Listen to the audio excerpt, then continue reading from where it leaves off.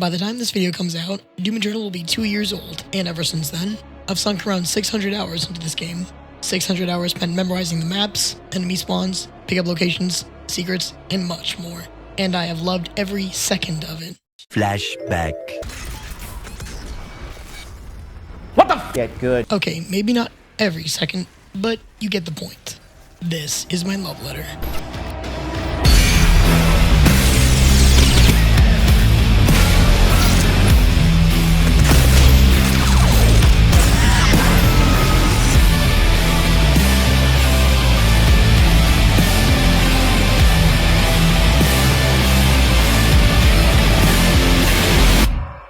I got Doom 4 back in the late summer of 2016, but due to shitty internet and a crappy laptop, I didn't really play it until early 2017. And I'll be honest, I didn't really like it that much.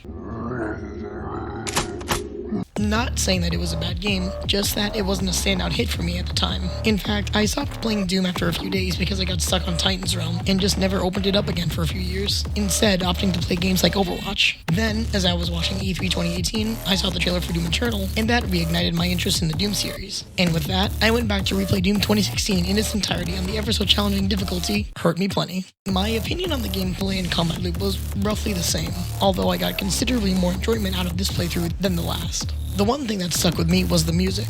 The music, by composer and godfather of Argent Metal, Mick Gordon, is in part responsible for Doom 2016's massive success. Not unlike what John Williams did to Star Wars, Mick Gordon's soundtrack had an identity of its own that amplified and enhanced the gameplay rather than accompanying it. And if you've seen any of his videos, specifically his GDC talk, Mick Gordon's passion for video games, music, and Doom is more than evident in his award-winning soundtrack for Doom 2016 and Eternal. As a hobby music producer at the time, I was enthralled by the soundtrack as a whole. So, after finishing my playthrough, I immediately went online and tried to find as many resources about the soundtrack as I could. After rewatching Mick Gordon's GDC talk approximately 10 times over, I set out to create my own Doom machine. It turned out pretty much how you'd expect. Yeah, it wasn't that good.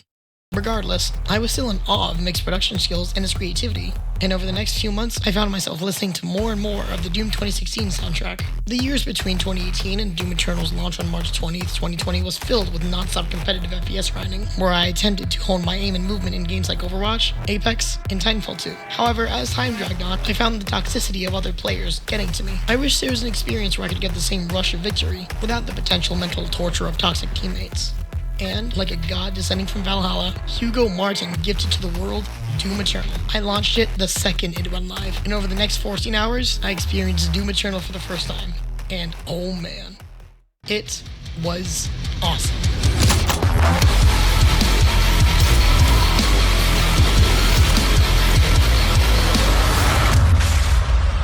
I played a lot of competitive shooters before Doom Eternal came out, and I considered myself to be quite good at them. Whether I actually am is up for debate.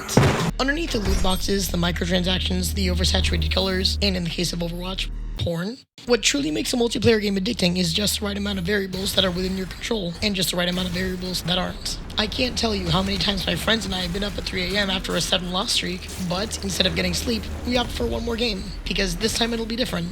Oh, we just got unlucky. Next game is our chance. We just got shitty teammates. Our teammates were throwing. The enemy was smurfing. Lines after lines of excuses. And while some were relatively legitimate, we had been psychologically ensnared to crave that victory. It's quite genius if you think about it. I touch upon this to bring up a point that I've been thinking about for a very long time. Doom Eternal is the best single-player game for someone who normally plays multiplayer shooters. In a competitive shooter, the variables are normally the map, the game mode, your teammates and enemies' choices in terms of who or what to play, what strategy each side chooses, resource management, so on and so forth. Doom Eternal's gameplay takes most of the elements that aren't normally in your control and throws them out the window. As Hugo Martin says, if you die in Doom Eternal, it's your fault. No smurfs, no trolls, no cheese strats, no toxic teammates. I say most because if all elements were in your control, it just wouldn't be fun. While most enemy spawns are predetermined, it's your choices as the player that dictate how the enemy behaves and when certain enemies spawn. 3 different players could enter the same arena, and each fight could go differently based on their playstyle and game knowledge. Replayability is truly what sets Doom Eternal apart from other single-player shooters. What weapons you use, when you use your abilities, what demon you choose to prioritize, all these choices influence the fight in a drastic way. This makes replaying the levels, campaign, and the master level is extremely entertaining and, depending on your skill level, either an uphill struggle or a cakewalk. This brings me to another point when it comes to difficulty.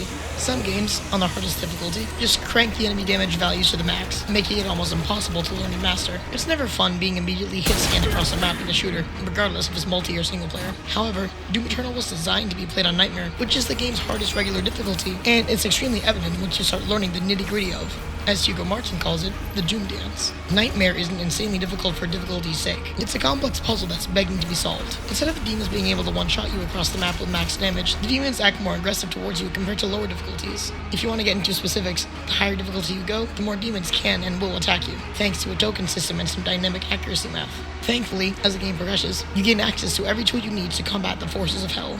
Each weapon has its own place in the Doom Dance. This isn't Doom 16, where you can just spam Super Shotgun in Siege mode and get through everything. The limited ammo count encourages you to learn weapon switching, or else have that low ammo indicator flashing on your screen every 10 seconds as you wait for your chainsaw to recharge. Health can be reclaimed by lord killing, and armor can be gained by lighting enemies on fire. As popular Doom tuber Under the Mayo has said multiple times, Doom Eternal's combat is very similar to that of a fighting game, and I couldn't agree more. Instead of the traditional spray and pray shooter gameplay, Doom Eternal encourages a more combat-based style of gameplay. All of these elements come together to give you what I consider to be the perfect shooter experience. Of course, while gameplay is the primary focus of Doom Eternal, it's hard to talk about Doom Eternal and not talk about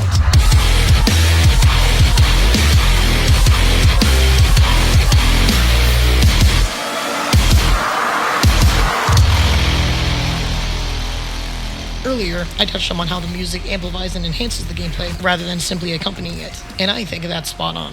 Just like Doom 16's soundtrack, Eternal's soundtrack goes above and beyond, making you feel like the Slayer. As many people, including Mick Gordon, have pointed out, the soundtrack isn't for the demons, it's for the Slayer. It's his theme. Also, yeah, the metal choir is fucking cool as hell, and I wish we were able to hear more of it. As most people in the Doom community know, Mick Gordon wasn't able to finish mixing the music for the official soundtrack release, and after a bit of complicated drama that I won't get into, left id Software. I don't know what truly happened behind the scenes, but in my opinion, this hurt the DLCs, Tag 1 and Tag 2. Don't get me wrong, Andrew Holschel and David Levy are two insanely talented and hardworking composers, and I'd be lying if I said I didn't like their music for the DLC. Personally, I listen to Blood Swamps, Imora, and Trial of Bob almost daily. But Mick's music was something special.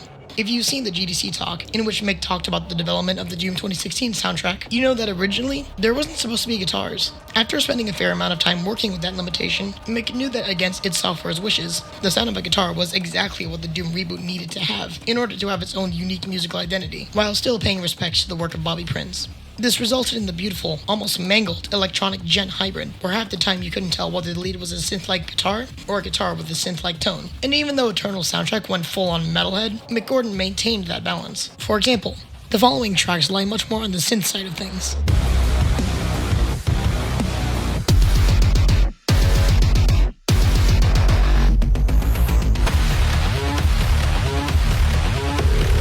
And these next tracks are noticeably guitar heavy.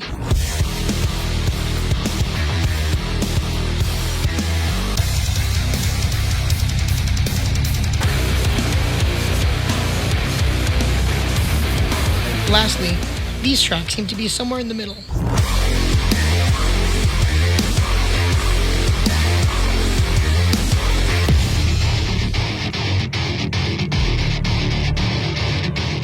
It's this unique musical identity born out of limitations that was lost when Mick left. And even though I thought Holschel and Levy did the best they could, it pales in comparison to what Mick could have done. I remember the first time I saw the Imora cutscene in The Ancient Gods Part 2, and while it was awesome and got my blood pumping, I couldn't help but think what kind of a musical masterpiece Mick would have done. Imagine that, instead of hearing the Imora riff, you heard Mick's rendition of E1M1 slowly creep in, bit by bit, until it finally explodes in all of its glory. Maybe in another world where COVID didn't happen, Mick would still be working for id Software. But hey, at least we have Jeffrey Day, who is currently making some of the most badass Argent metal out there. I highly recommend his channel if you haven't already. Before I conclude, I just want to say a few words about game journalism that's been on my mind for the past few years, especially with the recent release of Elden Ring.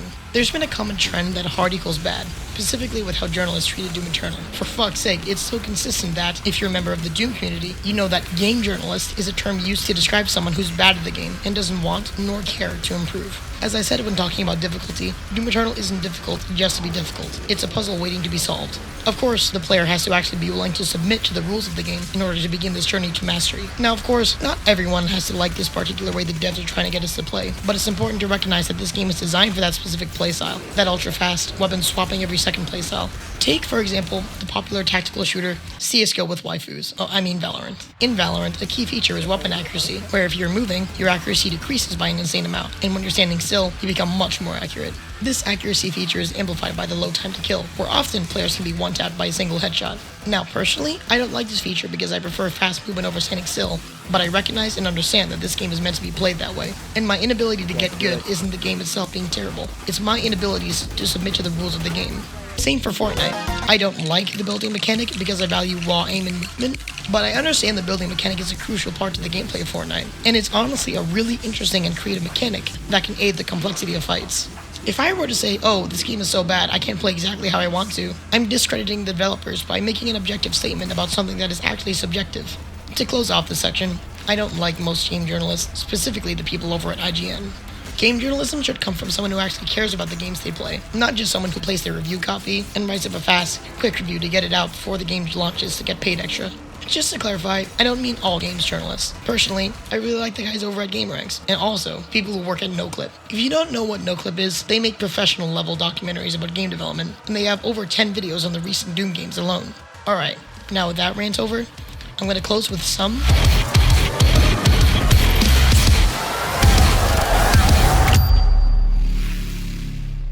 Dear id Software and everyone who worked on Doom Eternal, thank you so much.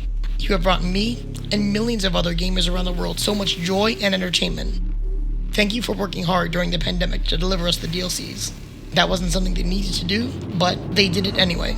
Thank you for keeping in touch with the community. Like, for fuck's sake, Hugo Martin, the creative director, streamed themselves playing the whole campaign and DLCs and master levels and answered questions from chat. It's sad that most developers don't do anything close to this. And Hugo, on the rare chance that you're watching this, thank you so much. It's not every day a developer actually interacts with the community, joins in on the memes, joins podcasts to talk about their game and how people in the community feel about it, but Hugo Martin did. He also stated that he isn't done with fast-paced shooters, and personally, I'll be one of the first in line to play them. And hey, with the rumors about a new game being developed at id Software, I may not have to wait for long. Thanks for watching, and, as always, Rip and tear until it is done.